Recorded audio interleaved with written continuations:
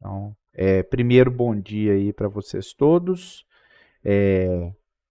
Eu vou falar sobre Apocalipse 8:13 primeiro, né? Enquanto eu olhava, ouvi uma águia que voava pelo meio do céu e dizia em alta voz: Ai, ai, ai dos que habitam na terra, por causa do toque das trombetas que está prestes a ser dado pelos três outros anjos, né? O meu entendimento aqui desse versículo, ele veio exatamente para mostrar que a, a ira de Deus ela já recaiu sobre a terra de quatro formas das sete, né? E o que está por vir ainda é muito mais pesado do que o que já veio diante das quatro. Então já é uma percepção de misericórdia, né? Pelos que ainda vão sofrer pelo que está por vir. Então, meu entendimento é exatamente sobre isso aí, né? Agora, vamos lá em Provérbios. Provérbios 26:4. Não responda ao insensato com igual insensatez. Do contrário, você se igualará a ele. Meu entendimento desse versículo é exatamente sobre você não deve se colocar na mesma situação do outro. Ou vamos a um ditado muito popular: não faça com o outro o que você não quer que faça com você. Então, se o outro é insensato, se o outro é insensível, se o outro é sem educação, se o outro é desonesto com você, você não tem que revidar na mesma moeda. Pelo contrário, você tem que se colocar nos valores éticos, morais, comportamentais que são compatíveis com o que nós acreditamos, com o que nós seguimos diante da palavra aqui. Então, eu vejo que é extremamente necessário, cada vez mais, quando nós formos maltratados, de alguma forma, não importa qual forma seja essa, nós consigamos engolir, absorver, eu falei assim, pai, isso não é essa pessoa, isso é outra coisa. Ou essa pessoa está passando por algo que fez ela agir dessa forma. Então, uma vez que isso está acontecendo, meu papel é fazer com que ela se arrependa diante da minha atitude e não da repreensão que eu fizer a ela. Então, ou seja, a minha atitude vai fazer ela repensar a atitude que ela teve para comigo. Entende? Então, meu entendimento aqui é: nós devemos ser com os outros o que nós gostaríamos que o outro fosse para conosco. É isso.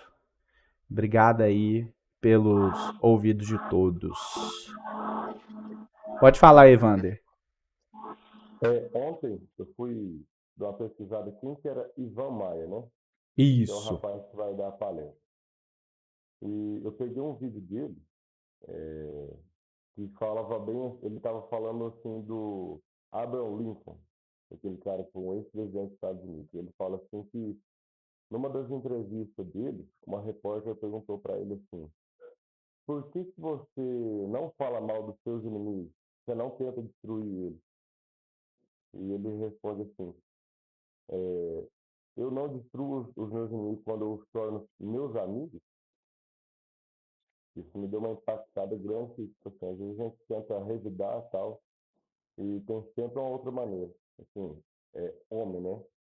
Falando de homens com palavras de homens, não nada sagrado, mas faz um grande sentido. Mais ou menos isso também. Pois é, a gente pode notar que os homens mais sábios da Terra não são aqueles que destroem os outros, mas são os homens que conseguem se sobrepor aos outros de forma a mostrar a sua postura. Por exemplo, o Putin foi lá e invadiu a Ucrânia. O que o Zelensky fez? O Zelensky foi lá tentar destruir a Rússia? Não, o Zelensky está simplesmente cada vez mais defendendo o território ucraniano com a sabedoria e ele não está indo lá invadir a Rússia em retaliação. Ele só está querendo expurgar o exército russo de dentro do território ucraniano. Ou seja, ele está no movimento de defesa e ele, em momento nenhum, está lá atacando o Putin em si, nem verbalmente. Ele está só assim, cara, só me deixa em paz, deixa aqui o país em paz, né? Só sai daqui. A guerra vai acabar quando você sair daqui. Ou seja, o agressor foi a Rússia, né? O que permanece agredindo é a Rússia e a Ucrânia ela só permanece se defendendo e cada vez mais o exército russo vem se enfraquecendo, inclusive, né? Que, assim como a tragédia do Rio Grande do Sul está sendo muito ignorada midiaticamente, né, pelos veículos, a guerra da Ucrânia passou a deixar de ser interessante, porque passou aquele momento de acompanhar. E aí a gente já está indo para 3 anos de guerra, gente. 3 anos de guerra. Muita destruição, muita morte, sabe? Então, assim, a gente vê que a gente não deve parar de olhar para essas coisas, porque hoje está acontecendo com eles, mas e amanhã?